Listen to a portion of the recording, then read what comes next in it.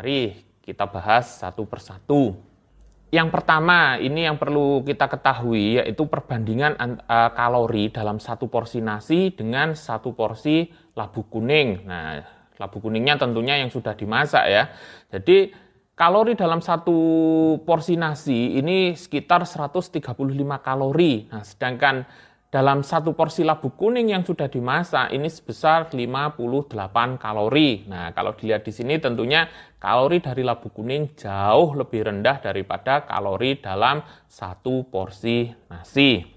Yang nomor 2, karbohidrat dalam satu porsi nasi ini sebesar 29,3 gram.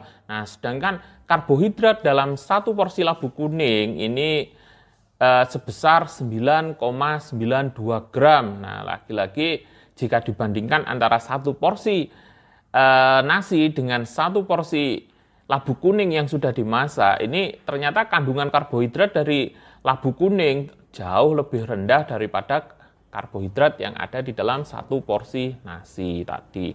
Kemudian yang nomor 3, ini kita juga harus membandingkan indeks glikemik dan beban glikemik dari nasi putih dengan labu kuning. Nah, jadi bila dilihat dari indeks glikemik, maka labu kuning dan nasi ini sama-sama makanan yang memiliki indeks glikemik yang tinggi.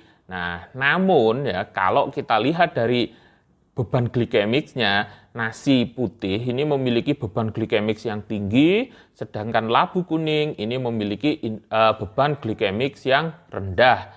Nah, tentunya bila Anda sama-sama makan satu porsi nasi, ya satu porsi nasi dibandingkan dengan satu porsi labu kuning, ini tentunya lebih aman makan satu porsi labu kuning. Karena apa? Karena beban glikemiknya yang rendah tadi. Jadi walaupun sama-sama memiliki indeks glikemik yang tinggi, namun karena labu kuning memiliki beban glikemik yang rendah, tentunya ketika sama-sama meningkatkan kadar gula darah, labu kuning ini meningkatkan kadar gula darahnya lebih rendah daripada nasi putih dalam takaran yang sama. Kemudian yang nomor 4, ini kandungan serat ya. Jadi kandungan serat dalam satu porsi nasi ini hanya sebesar 0,4 gram. Sedangkan kandungan serat dalam satu porsi labu kuning yang sudah dimasak tadi ya, ini sebesar 3,5 gram. Nah, apabila kita perhatikan kandungan serat di sini, jadi sama-sama satu porsi ini labu kuning memiliki kandungan serat yang jauh lebih banyak. Artinya apa? Makanan berserat ini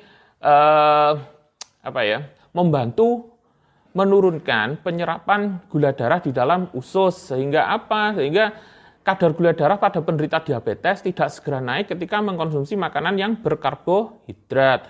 Nah, kemudian manfaat lainnya yaitu ketika kadar seratnya ini lebih tinggi, ini akan membantu kita menjadi kenyang lebih lama. Nah, jadi pada porsi yang sama-sama makan satu porsi nasi dan satu porsi labu kuning, ini Anda akan kenyang lebih lama ketika mengkonsumsi labu kuning. Sehingga diharapkan ketika Anda kenyangnya lebih lama, sehingga asupan karbohidrat dari bahan yang lain ini bisa diturunkan atau tidak ada. Nah, sehingga kadar gula darah Anda ketika mengkonsumsi labu kuning ini menjadi lebih terkontrol.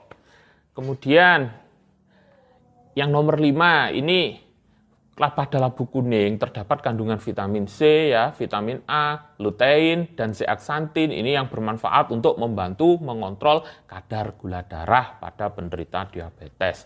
Nah, dari penjelasan nomor 1 sampai nomor 5, ini apabila dibandingkan dengan nasi, tentunya mengkonsumsi labu kuning sebagai sumber karbohidrat bagi penderita diabetes ini jauh lebih aman, jauh lebih baik. Nah, jadi jawabannya, apakah penderita diabetes boleh makan labu kuning? Boleh, namun tentunya takarannya atau porsinya ini sewajarnya, tidak boleh berlebihan, walaupun labu kuning relatif lebih aman daripada makan nasi. Dan yang perlu diperhatikan lagi adalah bagi Anda yang menderita diabetes kemudian memiliki komplikasi gagal ginjal, sebaiknya Anda hindari mengkonsumsi labu kuning ini atau konsultasikan dulu dengan dokter yang merawat Anda. Karena apa? Karena kandungan kalium dalam labu kuning ini termasuk tinggi.